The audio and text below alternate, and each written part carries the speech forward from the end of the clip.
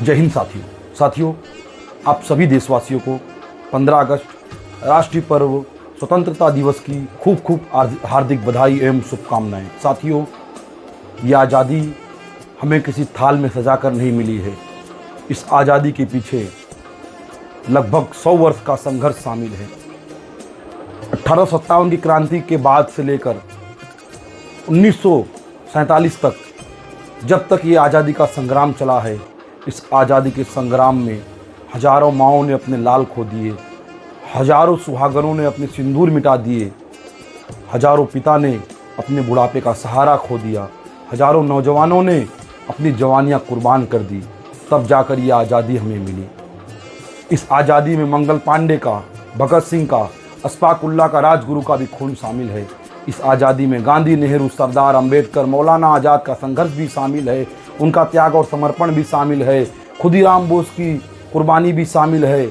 ऐसे हजारों महानायकों, हजारों महापुरुषों से के संघर्ष के बाद ये आज़ादी हमें मिली है। परंतु दोस्तों, आज हमारे देश में इस आज़ादी पे खतरा है। जिन शक्तियों ने 54 साल तक हमारे तिरंगे को नहीं अपनाया, जिन शक्तियों ने भारत छोड़ो आंदोलन का विरोध किया, जिन लोगों ने अंग्रेजों की मुखबिरी की, जासूसी की, आज वही लोग फिर से देश को गुलाम बनाना चाहते हैं। आज हमारे देश में लोकतंत्र अंतिम सांसें गिन रहा है। आज हमारे देश की राज्यसभा में, हमारे देश के सदन में बाहर से मार्शल बुलाकर विपक्ष के सांसदों की पिटाई करवाई जा रही है। आज हमारे देश में हमारा अन्नदाता, हमारा किसान लगभग 1 वर्षों से अपनी मांगों को लेकर आंदोलित है, परंतु सरकार उससे बात नहीं करना चाहती। सरकार उन्हें मवाली बताती है, सरकार उन्हें खालिस्तानी बताती है, सरकार उन्हें आतंकवादी बताती है।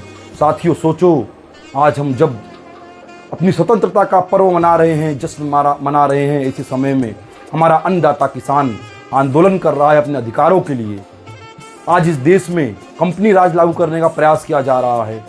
इस देश में 2 लोगों की सरकार चल रही है और केवल देश की सारी संपत्तियां, देश की सारी संपदाएं उन 2 लोगों के हाथों में देने का प्रयास किया जा रहा है। सदन और सरकार दोनों उन्हीं के इशारे पर चल रही है। विपक्षी नेताओं की जासूसी कराई जा रही है, उनके फ़ोन कॉल सुने जा रहे हैं पेगासस के द्वारा। परंतु सरकार इन सभी मुद्दों पर उत्तरदायित्व नहीं देना चाहती। सरकार इन सभी मुद्दों पर जवाब नहीं देना चाहती।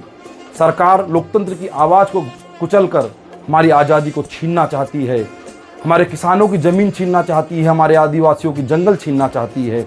आज इस देश में जो सच बोला जाएगा वो कुचल दिया जाएगा, इस प्रकार के वातावरण बन चुके हैं। साथियों, इस आज़ादी के पीछे हमारे पूर्वजों का लहू है। इस आज़ादी के पीछे हमारे पूर्वजों का त्याग, समर्पण, उनकी कुर्बानियाँ है।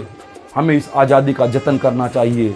आइए हम सब नौजवान मिलकर आज संकल्प लें कि हम अपने देश की आज़ादी के लिए अपना लहू तक दे देंगे, परंतु इस आज़ादी को सदा जीवित रखेंगे।